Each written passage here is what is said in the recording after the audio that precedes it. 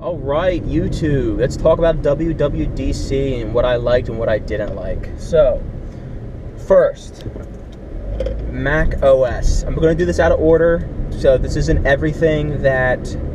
This is not everything that happened or what was.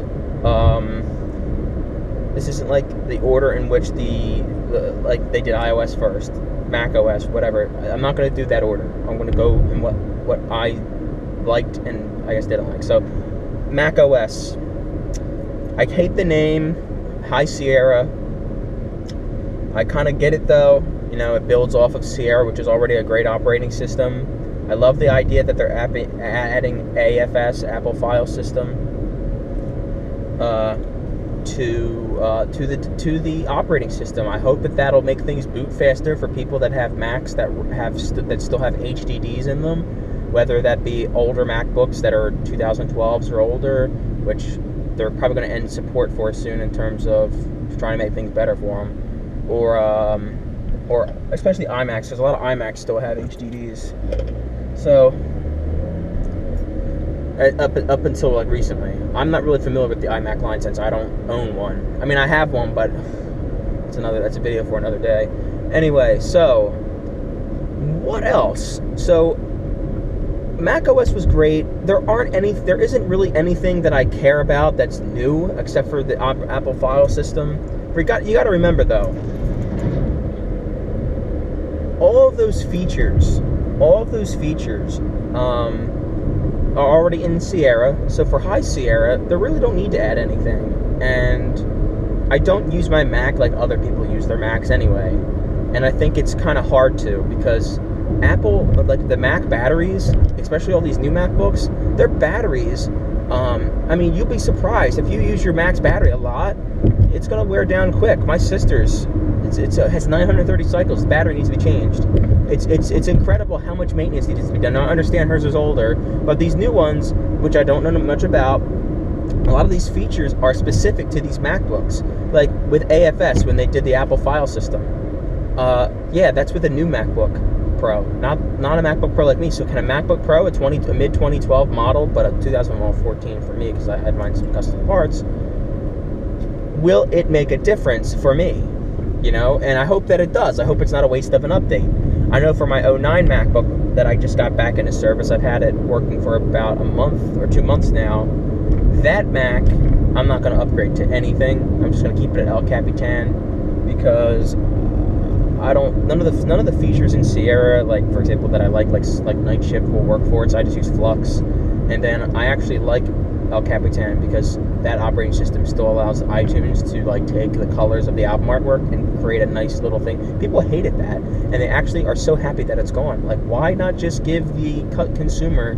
I mean, really, it costs nothing to leave that feature there. Really, it doesn't. So why get rid of it? I don't know. So nothing really with Mac OS. So iOS. iOS 11, they're going to kill support for 32-bit devices, so the only ones that are going to be killed this time are the 5C and the 5. I have a 5. It'll stay in service until probably September, or until I get a new iPad to replace basically what my iPhone 5 is doing. My iPhone 5 right now is doing the job my iPad used to do, which is being a support device for my iPhone to help break up the use. And unfortunately, my new phone has suffered greatly from that, because now my new phone is doing the work of what used to be 2 devices. So, you know, I might upgrade it to 128 gigabytes of storage, but it has really nothing to do with the storage, even though I need more. It has to do with the fact that my battery gets worn down a lot more and stuff like that. So, and with these operating systems, they like to kill your device with updates, so to make it obsolete. So I love a lot of the features, actually. Some of the features I didn't really care about too much, but I do like the screen recording ability. I think that's great.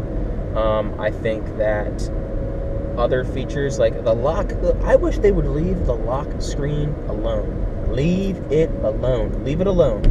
You know, leave the lock screen alone. We're tired of it. Leave it the fuck alone. You know, they're always changing it. I love how, I mean, I use a light-proof case most of the time now, but I really like how I'll change the setting in my phone to just, because remember how with iOS 10 you had to tap you had to push the button once you rested your finger to unlock the device. I like how you can go in the settings and just have it rest to unlock, but that doesn't even work. It doesn't. You still have to push the damn button. So I don't know.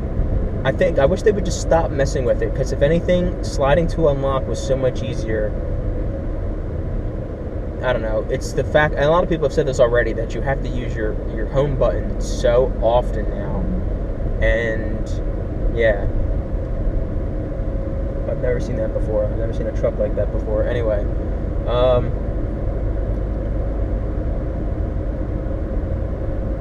so yeah, man. I mean, I like a lot of the features. I can't really think of too many off the top of my head right now, but I really like it. Watch OS, like I said, not a lot of stuff. One thing I really don't like, and it's not that maybe it's a preference, but I heard a lot about this virtual reality stuff. Is that something new? I might have missed that, but who gives a shit about that? Really? Well, how does that impact the general user? I don't need to go on my camera and put little Pokemon or whatever on my screen and pretend that they're there. I mean, I don't have a lot of friends anyway, so maybe that would be cool for me, because I could, it might feel like I'm interacting with another thing. Maybe it's not a human, but close enough. It's just so dumb, so it's just dumb. So I don't know. I don't understand why you would waste so much stuff on that. I just hope that they don't kill the device. I saw a lot of betas. The first betas were a little slow so far, and they're going to be. But that's okay. That'll change. Another thing that I like is I really like the ability now that there's a lot more they changed in accessibility. We're going to be doing a lot in accessibility now.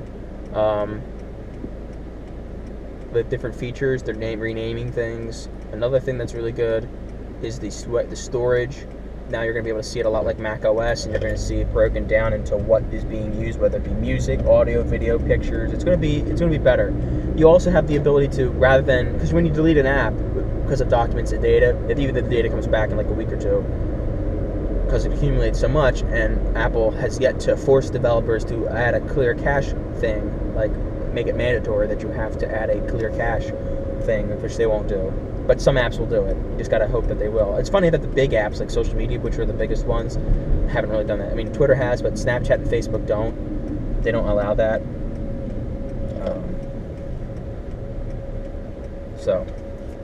But I'm gonna continue this later. Alright, so sorry about that brief intermission. But back to iOS. I really like there's a new feature where now you can control center is just one page. That's another thing I wish they would freaking stop fucking with. Leave control center alone. I mean, don't really leave it alone, because like right now it's in a good, what they're going to have, it's going to be the best yet, but I don't understand why you can't perfect something like this.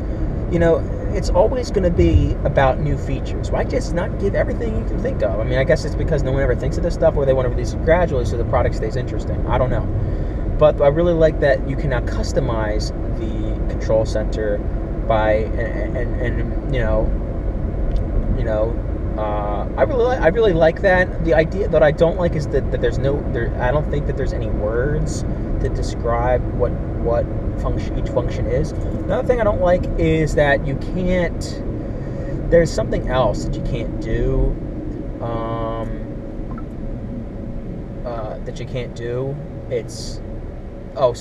there's a dock, right? Everybody knows that. There's a dock on iOS devices, and we're gonna get to iPads in a minute, but right now we're sticking with iPhones. So there's no words at the bottom of the app. This might not bother some people, but it's one of those things that doesn't cost anything to keep. And why change it? It just I don't know.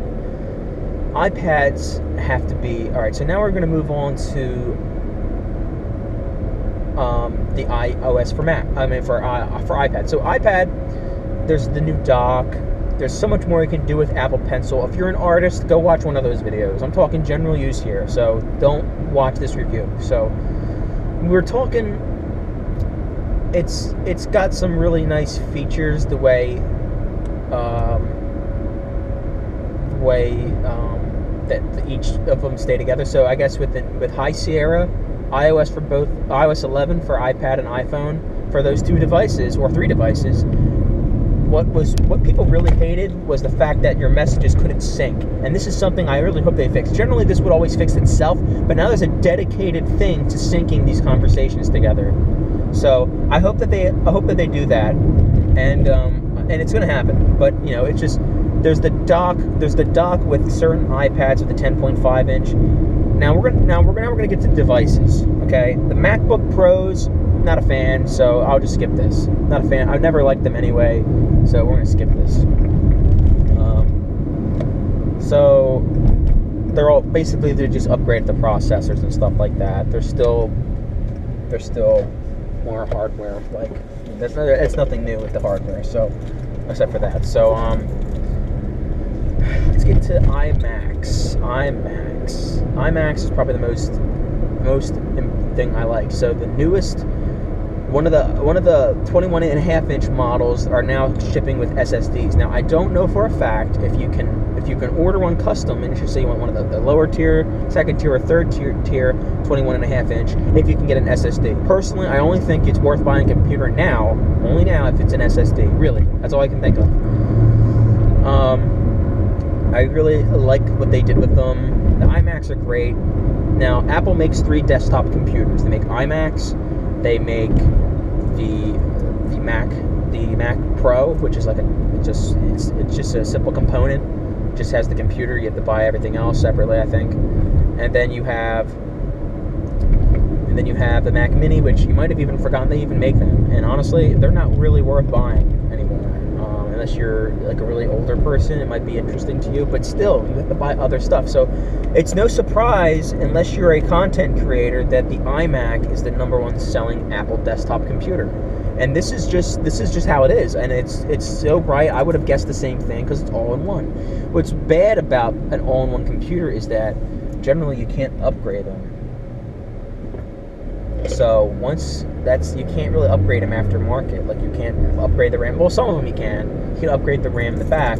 But now we're going to get to a new product that Apple unveiled, which is the iMac Pro. The iMac Pro, it's got its 8, 10, and 18 core Xeon processor, or core processor. I don't know what its gigahertz speed is. I think it's like 4 something gigahertz. Probably quad core. Well, no, it's not quad core. I just said it was 8, 10, and 18, which is a great, very good performance. Its GPUs have a brand new cooling system, which is way better. It's simple design, but they're going to say it's state of the art. They designed this. You know, it's great. I really like the way that they did the airflow. To me, iMacs have a really good fan all the time. I have a 07 or 08 iMac. It's a first ever aluminum one with the plastic back. It's not mine. It's my parents'. I don't know, it gets hotter than the sun sometimes, and actually all the time, so they've definitely come a long way. It's great. It comes with a Magic Trackpad too. I think it comes with a Magic Keyboard that has the number pad. That's something that they just came out with. Well, maybe not that they just came out with, but it's definitely something new. And then, of course, they come with a Magic Mouse 2, that is. All this stuff is rechargeable with a Lightning connector. And pairable with a Lightning connector too. Keep that in mind. And you know, its RAM I think is 128 gigabytes of RAM. I don't know what kind of RAM. Maybe DDR4 of some kind, some new type of synthetic RAM or whatever. When I say synthetic, I'm referencing oil. But what I'm really talking about is something that's not generally the same type of RAM that we're used to. Other than that, what's really new? It's space gray or blackish color, and it's really nice. I mean, it's going to be a good computer, and it's going to be for those people. It's content creators. This thing is really worth it, and it comes up with 3 gigabyte per second SSD hard drives. That's its read and write speeds are 3 gigabytes a second, I think.